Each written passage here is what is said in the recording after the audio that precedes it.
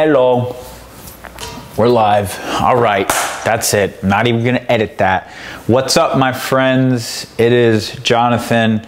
It has been a while since I have sat down to make a video for really anybody, and I'm going to share why in this video. Warning, this is an extremely vulnerable video. I'm already kind of uncomfortable. It is difficult for me. It's challenging for me to do this right now, but I just felt that I had to do it. I feel like I've really missed you. I've missed my community. I've missed a tremendous amount of people, and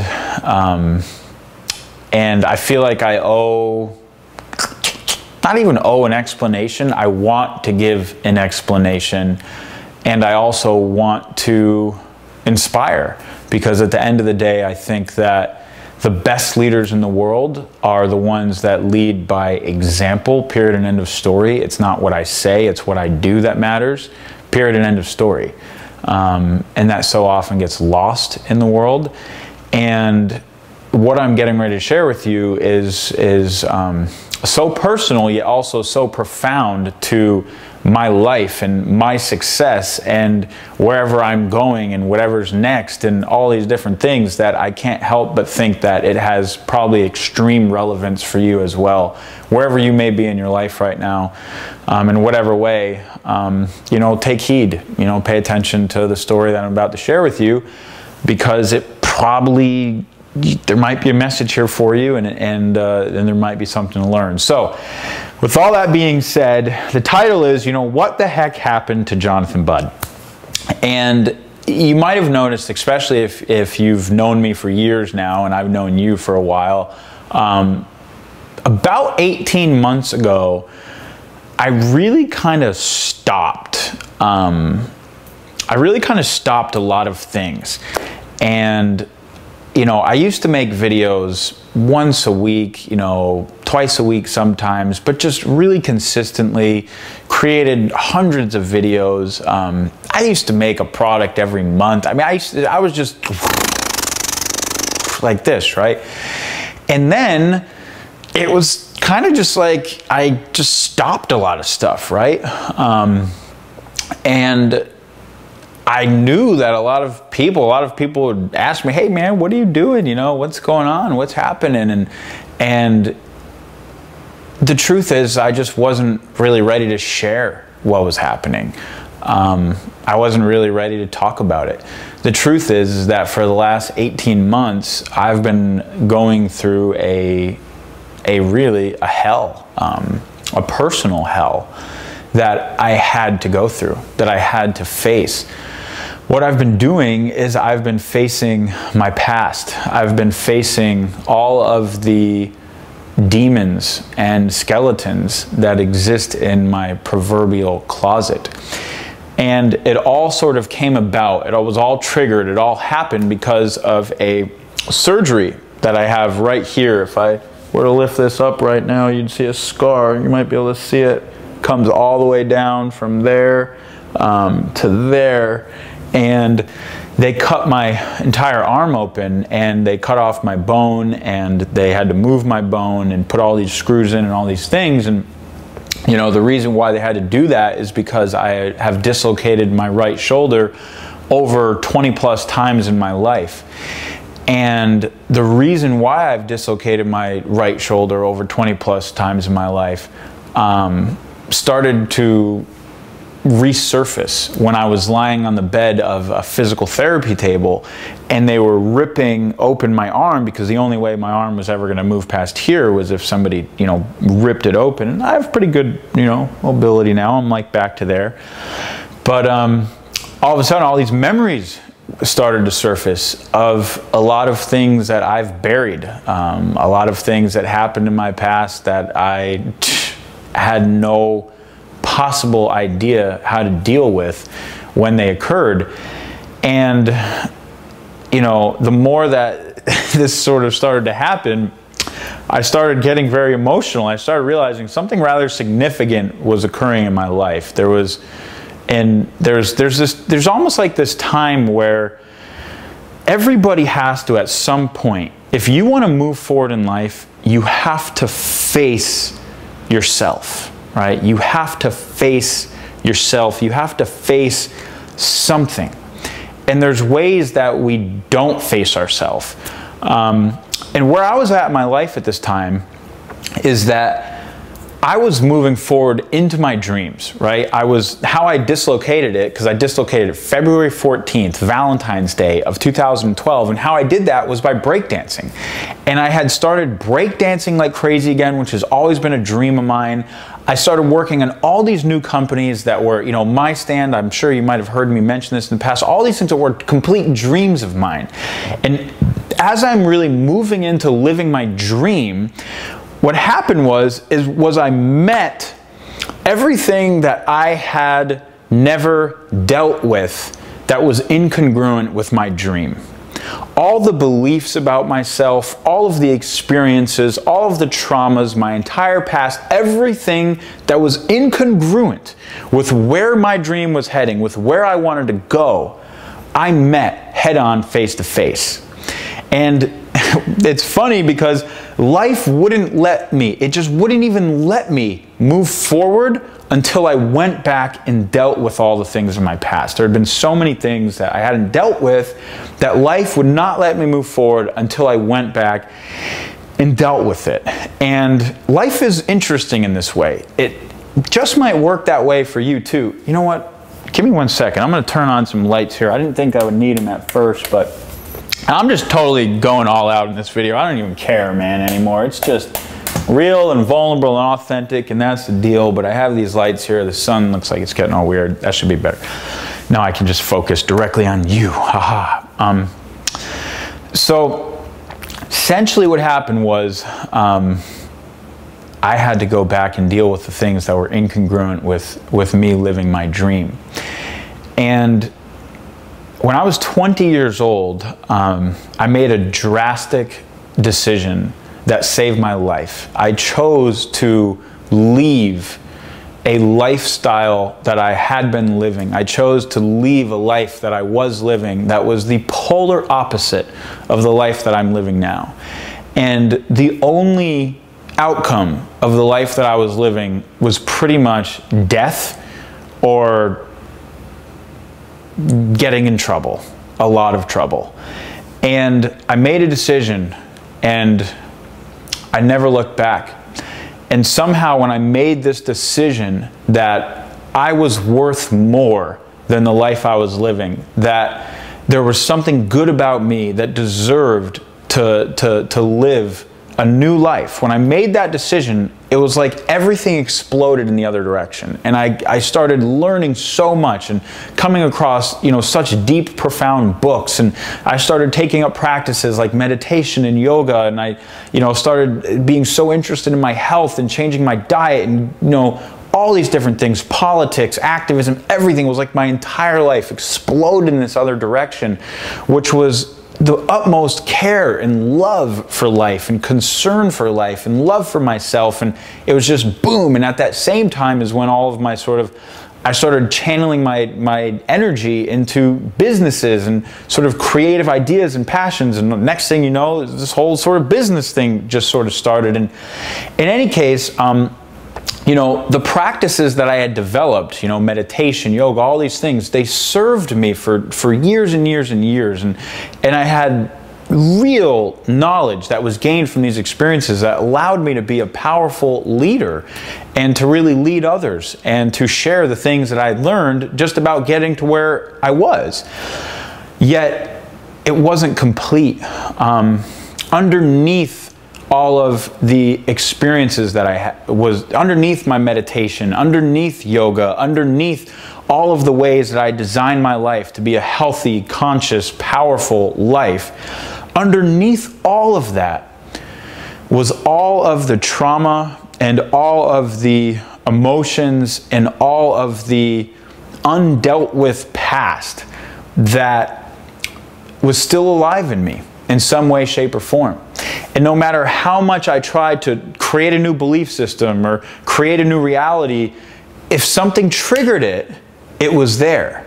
And because I had changed my life so that, you know, I had a lot less triggers, you wouldn't always see it all the time, but I knew it, right? If something really triggered it, all of a sudden this rage was there, this hatred was there, this anger, this nastiness, this meanness, this whatever it is, it's there. It was somehow alive, right? And life is so amazing that it doesn't let us continue moving forward into the reality that we truly want for ourselves, for our dream, which my dream is total authenticity, love, contribution, service, abundance. Life won't let us move into that until we've dealt with what's incongruent, until we've dealt with what's not true. And there was so much bullshit, for lack of a better word, that was still in me that I had covered up with all these positive things that it took life intervening for me to really see it and know. And so what happened was, boom, this surgery happens. Next thing you know, I'm on a table and I'm getting flashbacks of all sorts of violent images and memories and all these other things. Next thing you know, I had a memory come up. And it was a very profound memory. And if you were at my last Unstoppable Entrepreneur event, it was in November of 2012, I shared this memory for the first time, really almost ever, with about 500 people. And I'm going to share it with you right now. And it's vulnerable, and I ask you to just hold it in a sacred way, but I'm sharing it because I believe that it's the right thing to do, and it matters. And I think that as a community, the more truth we share, the more we come together, and the more we support each other, the more powerful everybody's going to be, and the better we're all going to grow. My grandfather was a very sick man. He was a pedophile. And when I was just a very, very, very little boy, he raped me. And that experience shattered my entire world. And all I have ever really remembered from so many of my earliest memories has been this rage, this mistrust, this almost, you know, existential anger and hatred, which I never could even pinpoint. I could never even understand where it came from. Nobody ever knew why, when I was so young, I was so bad, why I was always acting out in class, why I was so angry, why I would hit other people, why I would do all these things. My parents, from the time I was 5 years old, this stuff was occurring. And unfortunately, you know, back then, we were a lot less psychologically sophisticated. You know, nowadays, if a kid is exhibiting those behaviors, the kid should be in therapy. Something's not right, right? Something happened, something occurred to cause a young child to be that way. But that wasn't the culture that we grew up in. It was all just, you know, sweep it, you know, kind of under the rug, right? You know, just be the societal status quo image, be the good boy, punish, punish, punish. All I remember was getting punished for who I was and how I was, when really these were incredible signs of pain and acting out really as calls for help that a young boy does not even know how to crystallize, yet nobody ever caught it.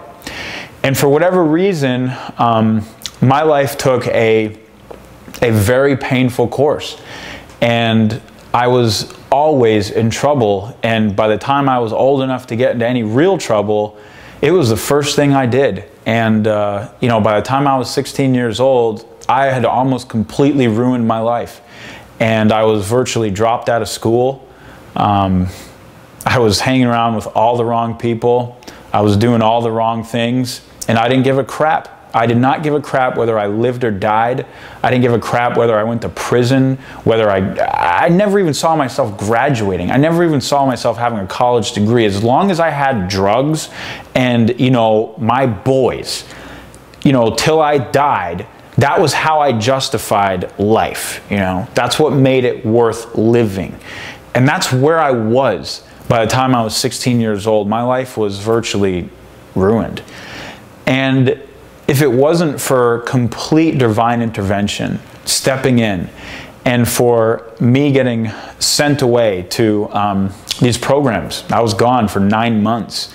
in these really intense programs when I was 16 years old, turning 17. And if it wasn't for me meeting a woman at one of those programs, a counselor who planted a seed of love in my heart, I really owe her my life in a way, because she planted an unconditional seed of love in my heart. She was the first person that I ever really genuinely felt loved me. And it wasn't because people didn't love me, it was I never could feel it. I never loved myself. I could never feel anything but remorse, and that people hated me or didn't like me or thought I was a disappointment, whatever. And I had so many defenses, so many walls. My anger and rage kept everyone so far away that nobody could ever even get close. And this was the first person that I ever genuinely felt loved me.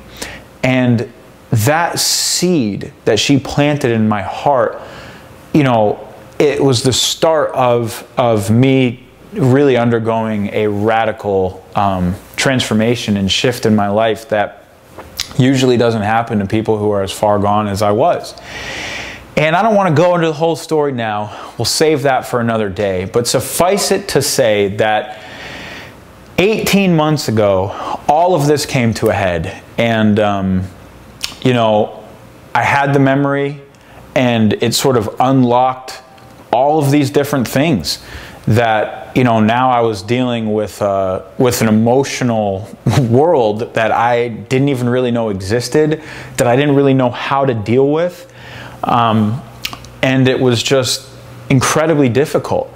You know, I have so much more empathy for people after the experiences I've had over the last 18 months, because if you really want to actually deal and process these types of things, which most people don't, right? I mean, a lot of times, look what I was doing. I mean, I had found all these healthy ways to cover it up, right? A lot of times we're not using healthy ways. Everybody's out there on, you know, booze and drugs, and addictions are running rampant everywhere as ways we cope with our pain and deal with our pain.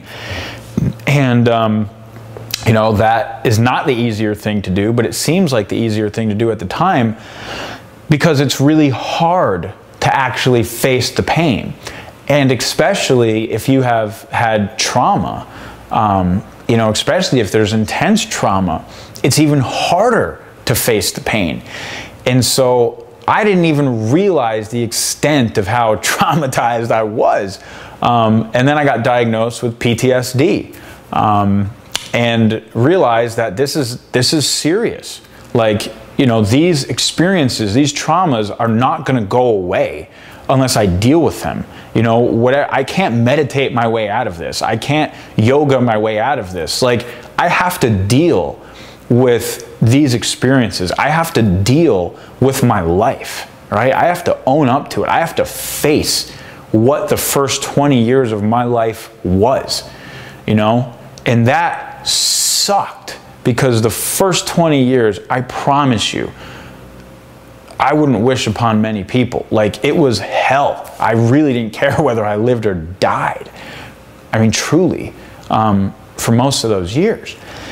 And it's not easy to face that. And when the sort of PTSD diagnosis came out, it really sort of shifted me down a much more clinical track. And I started actually looking into, and thankfully for my beloved partner who's has her master's degree in counseling and psychology and all these things, she really, you know, was an unbelievable support in this time to guide me in the right direction, right? And to the best research-based therapies to help deal with PTSD and all these things. And so, to make a long story short, I have been on a journey of self-discovery. I have been on a journey of healing. I have been on a journey to see myself as I truly am, who I really am, and not the beliefs that I formed about myself at such a young age from such terrible things that happened that were not my fault. They just weren't my fault. And I lived my entire life for so long feeling like everything was my fault and blaming myself for everything. that to move through the process and actually come out on the other side, and I'm still going through it. Shit, I got to get off this thing and go talk to, you know, my therapist in an hour. You know, I committed to a year of straight EMDR therapy, but really, over the last month, I've underwent these experiences that they changed me so much that I really feel like it's time I can finally share this, right? I've moved to a different side of this story, and I'm now able to share it from a completely different place. And, you know, it took about 18 months, and, you know, being on the other side really provides a whole different vantage point and a whole different perspective than I have ever known in my life. And to actually be able to forgive myself and forgive the people who hurt me, intentionally or unintentionally, and to have an understanding and a peace and an authentic, genuine self-love that reverberates throughout your whole body. You know, it's not just intellectual, it's not just a book that I read or something, but on an emotional level, it's real. On a physical level, it's real. On an intellectual level, it's real. On a spiritual level, it's real.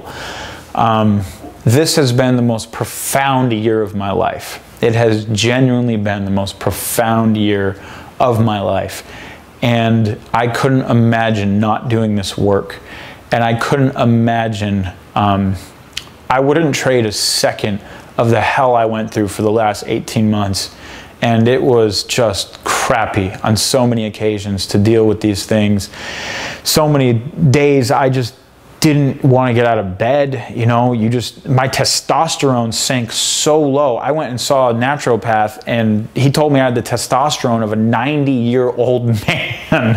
I don't even know why I'm sharing that with you right now, but I guess I share everything else with you. I might as well share that.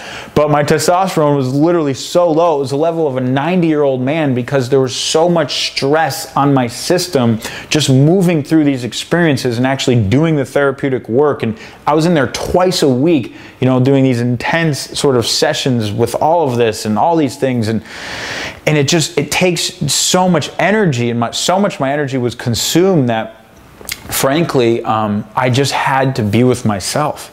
You know, this was just not a time to be external. This was not a time. I didn't want to teach anything. I didn't want to create anything. Nothing. It just, no. It was all like, no, no, no, no. Like, now is the time to be with myself. Now is the time to heal. Now is the time to, you know, find who I really am and authentically be able to create things that are aligned with who I really am. And so, you know, that's what it's been about, my friends. And the truth is that I have come to understand that this journey that I've been on the last 18 months is probably the journey that most of all of us really also need to be on. Like, this is the journey of life. Like, the journey isn't how much money can I make, right? And for a long time, maybe in my mind, that's what motivated me, right? And in a lot of people's minds, that's what motivates them. I've discovered some crazy things about what motivates me in the last 18 months. I've made so many decisions to be worthy. You know, the fundamental reason why the decision occurred was so I can be worthy, right? If this is successful, I'm worthy. If this happens, I'm worthy. If I do this and this happens, I'm worthy. So much decisions that we make, because I believe this is this unworthiness epidemic is like affecting the entire world, and we make so many decisions out of this place of not being good enough as we are, of not being worthy as we are, and of needing to be something or do something to feel good and validate ourselves.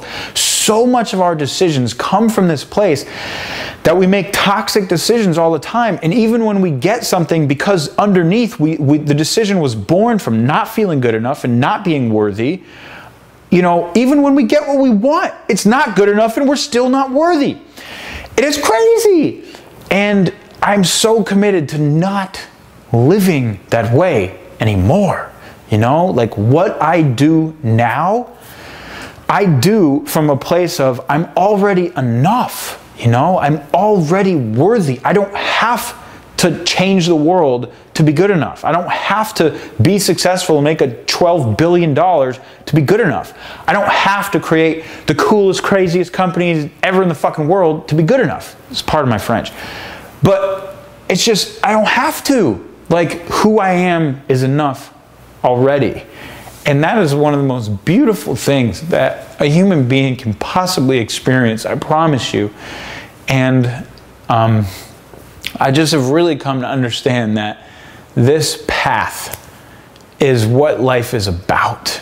You know, life is not about proving something to ourselves. It's not about proving something to other people. You know, it's just not about that. And it's about living your authentic self. Who are you really? And what do you really want? And are you happy? You know, do you love yourself? You know, are you spending your time with the people you love the most? Are you relaxed? Or are you stressed out because, you know, nothing is ever enough and you got to go and strive to get somewhere, to have something, to be enough, you know, or to feel good. It's just not what life is about. And, you know, I knew these things intellectually, and now I can say that I know them truthfully. You know, now I can say that I'm a living experience of that. And I guess the reason why I'm making this video, there's a couple of them, but number one is I just want you, the people who I feel like I'm here to serve, right? You know, a lot of you have been my customers throughout the last 5 years, you know, students and friends and masterminders and colleagues and everything. And I just wanted you to know, you know, where I was and what I've been experiencing. And I'm sorry, you know, for not possibly showing up for you in certain ways that you might have expected or wanted or needed. You know, I'm sorry if I let you down in any way throughout this time period or anything. And I ask for your forgiveness if I have, you know, and just your understanding of what I've been going through. And, you know, that was one reason why I wanted to make this, is just to be in an integrity before I come back into being myself, which I now feel. I wanted to be in integrity with just what has happened over the last 18 months and what's been going on. And the second reason why I want to make this video, aside from all that, is just because I know that this is what it's about.